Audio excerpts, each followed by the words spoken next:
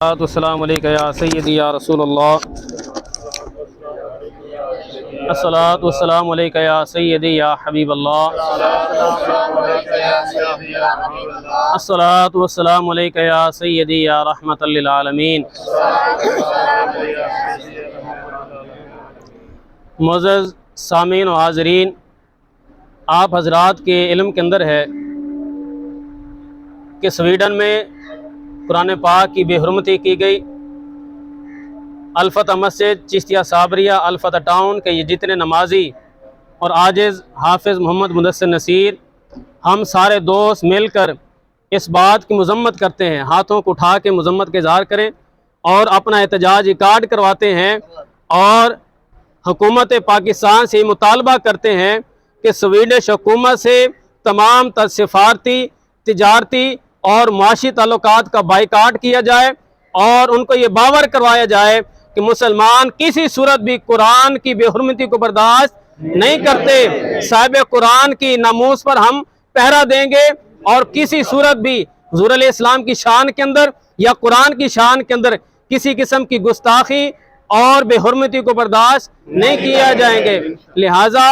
حکومت پاکستان سے یہ مطالبہ ہے کہ پرزور طریقے کے ساتھ ان حکومت سے، سویڈش حکومت سے مطالبہ کریں کہ جن لوگوں نے قرآن پاک کی شان کے اندر گستاخی کی، قرآن پاک کی بے حرمتی کی، ان کو کیف کردار تک پہنچایا جائے۔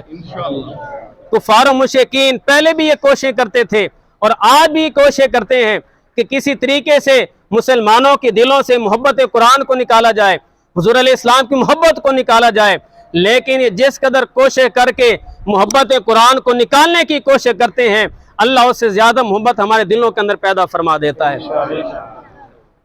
جب آقا کریم علیہ السلام پر قرآن پاک نازل ہو رہا تھا تو اس وقت بھی کافر کوشش کرتے تھے اور اب بھی کوشش کرتے ہیں کہ کسی طریقے سے مسلمانوں کے دلوں سے عظمت قرآن کو نکالا جائے، محبت قرآن کو نکالا جائے، لیکن یہ جس قدر نکالنے کی کوشش کرتے ہیں اللہ ہمارے دلوں کے اندر محبت اور پیدا فرما دیتا ہے۔ اس لیے کہ عرب کے لوگ بڑے فصیح و بلیغ تھے، بڑے بڑے کلام لکھتے تو ان کے کلام کا مقابلہ نہیں کر سکتا تھا۔ ان کا پورا ایک پینل وہ سین حرم کے اندر بیٹھتا اور اس بات کا یہ فیصلہ کرتا کہ کس کا کلام سب سے اچھا ہے، جس کا کلام بہتر ہوتا خانہ کعبہ کی دیواروں پہ لٹکا دیا جاتا۔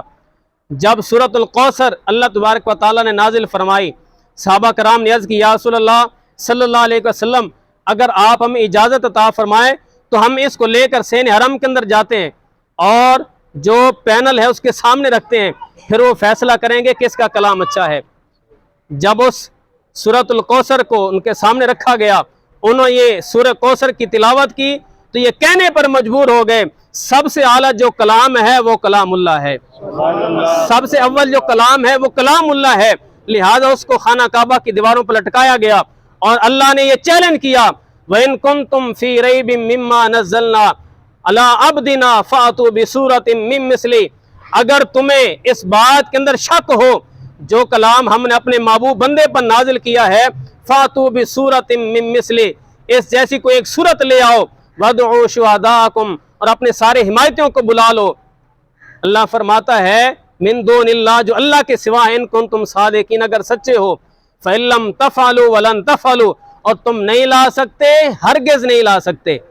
انہوں نے بڑی کوشش کی، ایک شخص ان میں سے اٹھا کہ میں قرآن پاک کی مثل ایک سورت بناتا ہوں۔ قرآن پاک کی سورت ہے سورۃ البروج۔ اللہ فرماتا ہے بسم اللہ الرحمن الرحیم وَالسَّمَاءِ ذَاتِ الْبُرُوجِ وَالْيَوْمِ الْمَوْعُودِ وَشَاهِدٍ وَمَشْهُودٍ۔ اس نے اس کے وزن پر سورت بنانے کی کوشش کی، اس نے پڑھا کہ قرآن پاک کی آیت ہے وَالسَّمَاءِ ذَاتِ الْبُرُوجِ، اب اس نے اس کے وزن پر بنایا وَالنِّسَاءِ ذَاتِ الْفُرُوجِ۔ اب اس کا ترجمہ میں نہیں کروں گا۔ جب اس نے یہ کہا، ساتھ بیٹھی ایک عورت نے سنا، اس نے اس کے تھپڑ رسید کیا، کہا تمہیں شرم نہیں آتی ایسی بات کرتے ہوئے؟ تو قرآن کی مثل صورت بنانے چلا ہے، تمہیں حیا نہیں آتی ایسی بات کرتے ہوئے؟ تو کوئی بھی قرآن پاک کی مثل نہیں لا سکا۔ جب قرآن پاک کی مثل نہیں لا سکے، آج لوگوں کا طریقہ ہے کہ جب کسی سے بات چیت ہو، جب دلیل کے ساتھ بات نہ کر سکیں تو پھر گالم گلوچ پر ترتے ہیں، ذاتیات پر آتے ہیں، گریبان تک پہنچتے ہیں۔ آج جب کفار و مشرکین کسی طریقے سے قرآن پاک کا مقابلہ نہیں کر سکتے، اسلام کی مقابلہ نہیں کر سکتے، مسلمانوں کا مقابلہ نہیں کر سکتے، پھر ایسے اوچھت کنڈے استعمال کرتے ہیں کہ کبھی قرآن کی حرمتی کرتے ہیں، کبھی صاحب قرآن کی بے حرمتی کرتے ہیں، اور یہ کوشش کرتے ہیں ایسا کریں گے تو ان کی دلوں سے قرآن اور صاحب قرآن کی محبت کو نکالیں گے، لیکن جس قدر نکالنے کی کوشش کرتے ہیں اللہ ہمارے دلوں کے اندر محبت اور پیدا فرما دیتا ہے۔ اللہ تبارک و تعالیٰ چاہے تو ایک لمحے کے اندر گستاخی کرنے والوں کو نیست و نابود فرماتے، لیکن ہمیں آزمانا چاہتا ہے کہ مسلمان اس بارے میں کیا کرتے ہیں۔ آج ہمارا امتحان ہے کہ وہ قرآن جو اللہ تبارک و تعالیٰ کی آخری کتاب ہے، جو کلام اللہ ہے، جس کو پڑھنے سے دل معطر و منور ہو جاتا ہے، لیکن یہ لوگ کوشش کرتے ہیں قرآن پاک کی بے حرمتی کریں، یہ قرآن پاک کی بے حرمتی کرتے ہیں، لیکن جانتے نہیں یہ قرآن پاک ایسی کتاب ہے، پوری دنیا کی کتابیں پڑھ کے دیکھ لو، کوئی کسی سینے کے اندر پوری طرح سے محفوظ نہیں ہوتی، لیکن قرآن پاک ایک ایسی کتاب ہے جو زیر زبر کے فرق کے بغیر پوری کتاب چھوٹے چھوٹے بچوں کی سینوں کے اندر محفوظ ہو جاتی ہے۔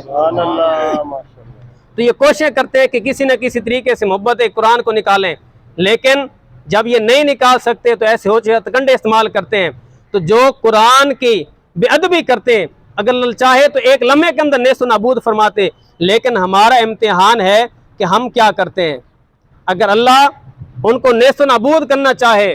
تو نمرود جیسا جو پوری دنیا کی بادشاہت کرنے والا ہے ایک مچھر سے اس کو ہلاک کروا دیتا ہے۔ اللہ چاہے تو فرعون جیسے بادشاہ کو جو اپنے آپ کو انا ربکم الاعلی کہتا ہے، اگر اللہ چاہے تو اس کو سمندر کے اندر غرق کر دیتا ہے۔ ابو جہل جو مکے کا بڑا سردار بنتا ہے، اگر اللہ چاہے تو چھوٹے بچوں سے اس کو مروا دیتا ہے۔ آج بھی اللہ چاہے تو قرآن پہ حرمتی کرنے والوں کو ایک لمحے کے اندر نیست و نابود کر سکتا ہے، لیکن ہمارا امتحان ہے کہ مسلمانوں کے اندر غیرت کتنی باقی ہے۔ حضور علیہ السلام نے شاہ فرمایا المؤمن یغار، مومن غیرت مند ہوتا ہے، واللہ اشد غیرہ، اور اللہ سب سے بڑا غیرت مند ہے۔ اللہ چاہے تو ایک لمحے کے اندر نیست و نابود فرما دے، لیکن ہمارا امتحان ہے آج ہم نے محبت قرآن کا ثبوت دینا ہے، صاحب قرآن سے محبت کا ثبوت دینا ہے۔ جو قرآن کا ادب کرتا ہے اللہ دونوں جہانوں کے اندر اس کو عزت عطا فرما دیتا ہے۔ سلطان محمود غزنوی جب یہ اس کا وصال ہو گیا تو کسی نے خواب کے اندر دیکھا اور پوچھا کہ اللہ نے تیرے ساتھ کیا معاملہ کیا؟ تو کہتا ہے کہ میرے کوئی اور عمل تو نہیں تھے، لیکن صرف ایک بات کی وجہ سے اللہ نے میری بخشش کر دی۔ پوچھا وہ کیسے؟ کہتا ہے کہ میں ایک دن کسی کے ہاں مہمان بنا، جس کمرے کے اندر مجھے ٹھہرایا گیا اس کے اندر قرآن پاک موجود تھا۔ میں جب لیٹنے کا ارادہ کرتا ہوں تو دیکھتا ہوں سامنے قرآن پاک ہے، تو میں یہ سوچتا ہوں کہ جس کمرے کے اندر قرآن ہو میں اس کمرے کے اندر کیسے آرام کر سکتا ہوں، یہ قرآن کے ادب کے خلاف ہے۔ پھر کہتا ہے میں نے سوچا کہ میں اس قرآن پاک کو دوسرے کمرے کے اندر شفٹ کروا دیتا ہوں، خود آرام کروں گا، لیکن ساتھ ہی خیال آیا اے محمود غزنوی تو قرآن پاک کو کمرے سے نکالتے اپنے آرام کے لیے، تجھے اتنا بھی ادب نہیں، لہٰذا میں نے یہ کام بھی نہیں کیا، پوری رات قرآن کے ادب کے اندر کھڑے ہو کر رات گزار دی۔ کہا صرف قرآن کے ادب کی وجہ سے اللہ تبارک و تعالیٰ نے میری بخشش فرما دی ہے۔ تو جو قرآن کی عزت کرتا ہے، جو قرآن کی تکریم کرتا ہے، جو قرآن کی عزت و ناموس پر پہرا دیتا ہے، اللہ تبارک و تعالیٰ دونوں جہانوں کی سرفرازی اسے عطا فرماتا ہے۔ آج 18 ذی الحج سیدنا عثمان غنی رضی اللہ تعالیٰ عنہ آپ کا یوم شہادت بھی ہے، جو حافظ قرآن بھی ہیں محافظ قرآن بھی ہیں۔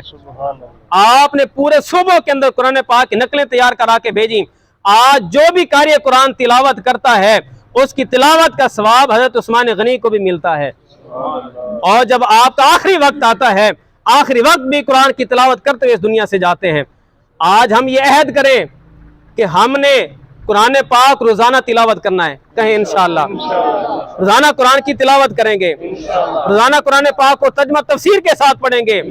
خود بھی قرآن پاک کو پڑھیں گے، اپنے بچوں کو بھی پڑھنے کی ترغیب دیں گے، اور قرآن پاک کا ادب کریں گے تاکہ اللہ تبارک و تعالیٰ دونوں جہانوں کی سرفرازیں ہمیں عطا فرما دے۔ اللہ تبارک و تعالیٰ ہم سب کو توفیق عمل عطا فرمائے۔ بسم اللہ الرحمن الرحیم، الحمدللہ رب العالمین، اللہم صلی علی سیدنا مولانا محمد وعلی آل سیدنا مولانا محمد مبارک وسلم وصلی علیہ۔ الہ العالمین ہماری اس حاضری کو اپنی بارگاہ میں قبول فرما۔ الہ العالمین جو قرآن پاک بے حرمتی کرتے ہیں نیست و نابود فرما۔ یا الہ العالمین ہم سب کو قرآن پاک سے محبت کرنے کی توفیق عطا فرما، اس کو پڑھنے کی، اس پر عمل کرنے کی توفیق عطا فرما، دوسروں تک پہنچانے کی توفیق عطا فرما۔ یا الہ العالمین ہم سب کو دین اسلام کی خدمت کرنے کی توفیق عطا فرما۔ الہ العالمین عالم اسلام کی خیر فرما، ہمارے پیارے ملک پاکستان کی خیر فرما، اندرونی بیرونی خطرات سے محفوظ فرما۔ یا رسول اللہ انظر حالنا، یا حبیب اللہ اسمع قالنا، اننا فی بحر غم مغرق خذ ایدینا سہل لنا اشکالنا۔ صلی اللہ تعالی علی آخر خلق نور عرشہ محمد وآلہ وصحبہ اجمعین برحمتہ۔